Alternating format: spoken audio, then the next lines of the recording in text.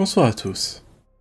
Est-ce que ça vous est-il déjà arrivé de tomber sur des objets étranges, mystérieux, sortant de l'ordinaire, des objets dont vous avez l'impression qu'ils sont habités par une énergie malfaisante, diabolique.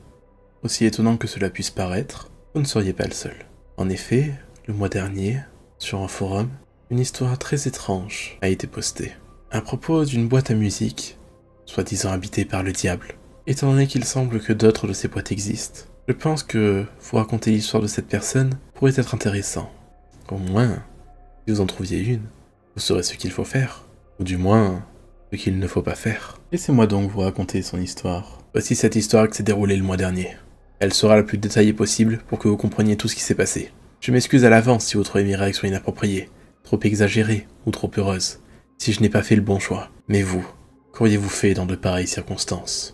Il y a un mois environ, en rentrant du travail, j'ai trouvé un colis dans la boîte aux lettres. Pas de nom, pas d'adresse, des notes rouges de musique étaient gravées sur chaque côté de ce colis. Mais elles étaient à l'envers. Un court instant, j'ai songé à la porter au voisin pour lui demander s'il n'avait pas commandé un truc en rapport avec la musique.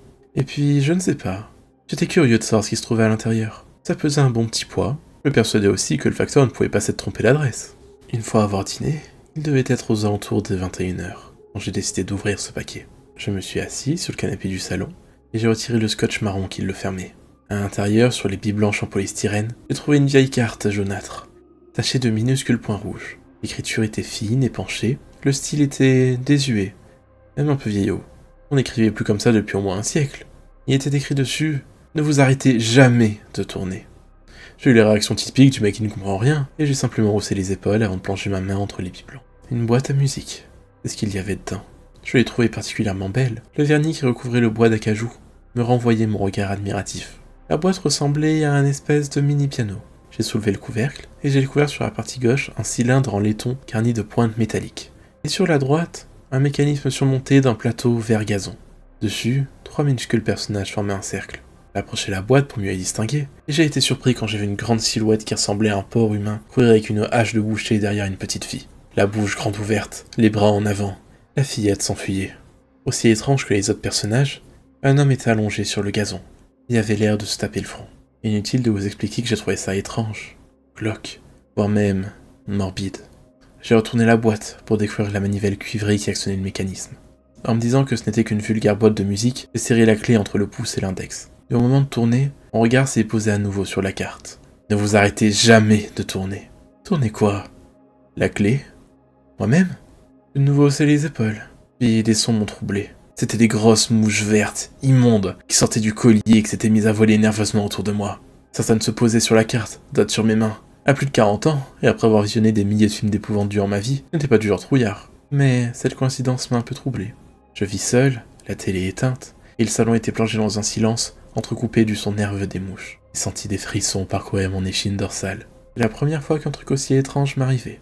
On se fait vite des idées quand on est seul. Pour me raisonner, je me suis simplement dit que j'étais dans la vraie vie, et que rien de surnaturel n'était jamais arrivé dans ce bas monde. Pourtant, j'étais incapable de tourner la clé. Alors je me suis dit que demain, à la lumière du jour, ça serait bien mieux pour écouter le son de cette magnifique boîte à musique. Au moment de refermer son couvercle en acajou, un infime mouvement a attiré mon regard. Bien que cela soit impossible, sur le plateau vert gazon, j'ai eu l'impression que les jambes de ces petits personnages n'étaient pas fixées sur la pierre. Au contraire, 2 d'entre eux semblaient avancer. Non, ils n'avançaient pas, mais ils couraient. Oui, j'avais l'impression que l'homme porc courait derrière la petite fille avec sa hache de boucher. Le téléphone fixe a sonné. J'ai sursauté. La boîte m'a échappé des mains, et elle est tombée sur le carrelage. Une suite de 3 notes a jailli du choc. 3 notes discordantes, 2 très aigus, et une dernière très grave. J'ai frissonné jusqu'à entendre la voix de ma sœur dans le combiné téléphonique que je venais de décrocher. Elle me rappelait le dîner de demain soir. Ah, les femmes. Comme si j'allais oublier. Enfin, ce soir-là, j'aurais donné cher pour avoir une présence féminine à mes côtés. Très cher, même. J'ai ramassé la boîte, et sans m'assurer si elle était intacte ou non, je l'ai posée sur la petite table du salon. Puis je suis monté à l'étage pour me coucher. Alors que je commençais à m'endormir, j'ai senti quelque chose sur mon front. D'un réflexe, je l'ai écrasé. J'ai allumé la lampe de chevet et j'ai regardé ma main. Une mouche gisait au creux de ma paume. Du sang entourait son cadavre. C'était dégueulasse. J'ai été me nettoyer les mains dans la salle de bain qui se trouve juste à côté de ma chambre. Je suis allé me recoucher, à la fois écœuré et fatigué d'une journée de dur labeur. Des notes de musique m'ont réveillé en pleine nuit. C'était assez fort, très discordant. Je frissonnais de la tête aux pieds. J'avais l'impression que la boîte se trouvait sur mon lit. C'était si proche. J'ai rallumé la lumière. Aucune boîte. Seulement ce son discordant et répétitif. C'était horrible, glacial, obsédant. Je me suis levé, j'ai descendu les marches de l'escalier, le regard rivé sur le salon baigné d'une pâleur crépusculaire. La boîte à musique était toujours posée sur la petite table. Le son était fort, trop fort pour la taille de cet objet. J'avais l'impression de me trouver au cœur d'une église à écouter un orgue désaccordé. J'ai frémi quand j'ai vu que le couvercle était ouvert. Je ne me souvenais pas l'avoir laissé ouvert. Il n'était pas ouvert quand je suis monté me coucher. Plus je m'avançais de cette boîte, plus j'avais l'impression que les minuscules personnages bougeaient sur le plateau. Ils tournaient en rond au son de cette horrible musique. J'étais transi de froid. Une sueur glacée coulait le long de mes tempes. Je n'arrivais pas à analyser, et je me demandais si je n'étais pas en train de faire un cauchemar. J'avais oublié de fermer les volets en montant me coucher. Un grand rayon de lumière pâle passa à travers la fenêtre et se reflétait sur la boîte. Elle brillait d'éclats rouges vifs, comme le sang. Les personnages semblaient luminescents, entourés d'un halo spectral. J'entendais mon cœur cogner dans mes tympans. Je n'avais qu'une idée, détruire cette foutue boîte. La carte était posée à côté et brillait du même éclat sanguin que la boîte. L'écriture luminescente semblait flotter au-dessus et répétait « Ne vous arrêtez jamais de tourner ». Mais une seconde phrase, que je n'avais pas vue auparavant, a failli me faire hurler de terreur. « Où il viendra ». Le salon était proche de l'entrée. J'avais accroché un miroir dans le couloir qui menait à ce salon. La musique s'est subitement arrêtée. Le miroir a produit un craquement, comme si on marchait sur du verre brisé. Mon regard s'est tourné vers lui. Le miroir tremblait comme si quelqu'un le frappait de l'intérieur. Il n'y avait plus que cet horrible son dans la demeure. Ça frappait fort même. Puis je vis un reflet argenté. Je ne sais pas pourquoi, j'ai aussitôt relié ce reflet à la hache de boucher que tenait la figurine de l'homme porc. J'ai hurlé comme une fillette, et j'ai fait la seule chose qui me soit passée par la tête. J'ai claqué le couvercle de la boîte, ouvert la fenêtre du salon, et les jeté aussi loin que je pouvais. Je me suis lentement retourné vers le miroir. Je n'ai vu que l'ombre de mon manteau accroché sur le mur d'en face. Je poussai un petit rire nerveux de soulagement. Je ne sais pas combien de temps je suis resté assis sur ce canapé sans bouger, osant à peine respirer. J'avais du mal à m'en remettre. Mon regard alternait entre ce miroir, la fenêtre et la petite table où traînait le colis ouvert. Atterré, sans doute choqué même, j'ai émergé quand j'ai entendu la forte sonnerie de mon radio réveil là-haut, dans ma chambre. Je me suis frotté les yeux. La lumière du jour avait envahi le salon et le bourdonnement des mouches vertes avait repris. J'ai alors fait une chose dingue que je n'aurais jamais pensé faire. Pas à 5 heures du mat. J'ai été chercher un torchon dans la cuisine et je les ai toutes écrasés. J'ai dû en tuer une bonne 50aine. À un moment, j'ai réalisé que j'allais être en retard au boulot et je me suis rapidement changé sans me raser, ce qui ne m'était encore jamais arrivé.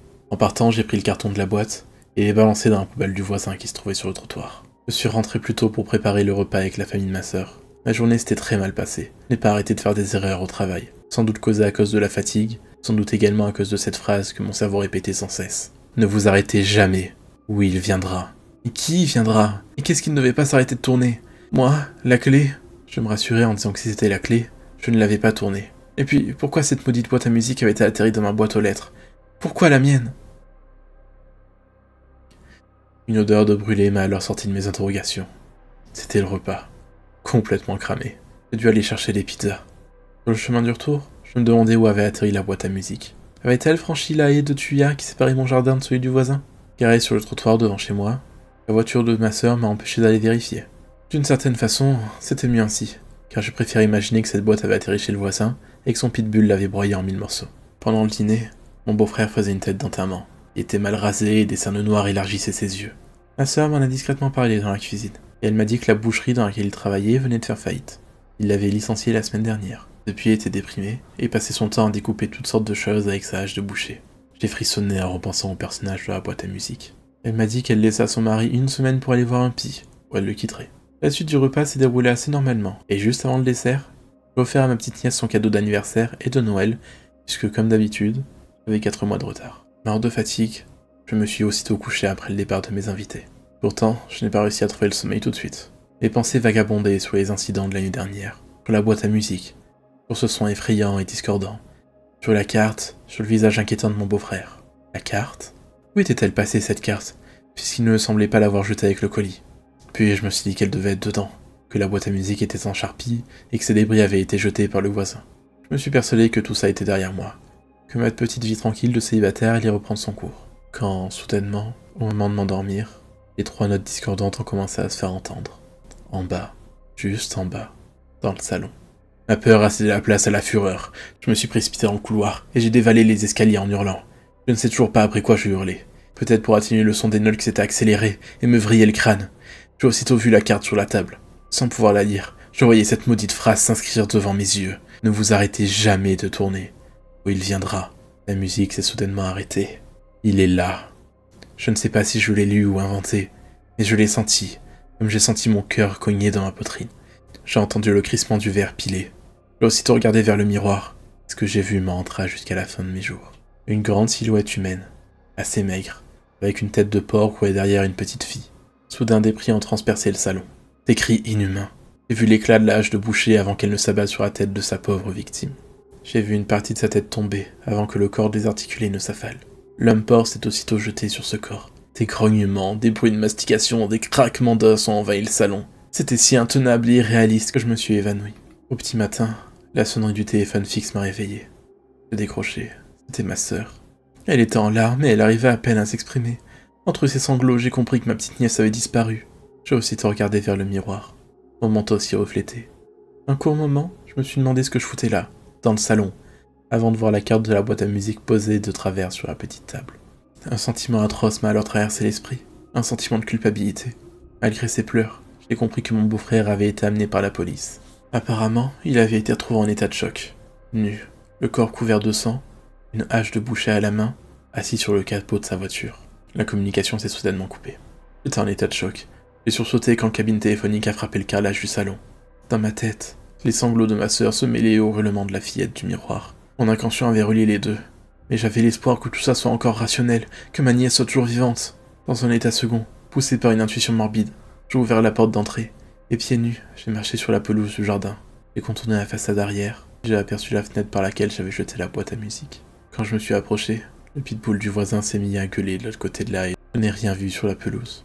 Je commençais à être soulagé. Je me disais que le Klebs avait détruit la boîte. À plat ventre, j'ai quand même fouillé le sol de terre et de feuilles mortes avec mes mains, au cas où la boîte serait entre la haie et le grillage. Puis je l'ai vue là, entre deux branches, la peluche de ma petite nièce. Elle s'était plainte de l'avoir perdue, mais elle avait dit qu'elle allait trouver quelque chose de mieux. Personne n'y avait prêté attention. Personne. Alors j'ai roulé sur le dos, et sans le vouloir, j'ai fait ce geste. Le même que le petit personnage sur le plateau de la boîte à musique. Je me suis tapé le front contre le sol. Maintenant que cette histoire est finie, vous savez à quoi vous attendre si un jour, dans votre boîte aux lettres, vous trouvez une jolie petite boîte à musique. Alors, un conseil pour vous, n'arrêtez jamais de tourner. Où il viendra.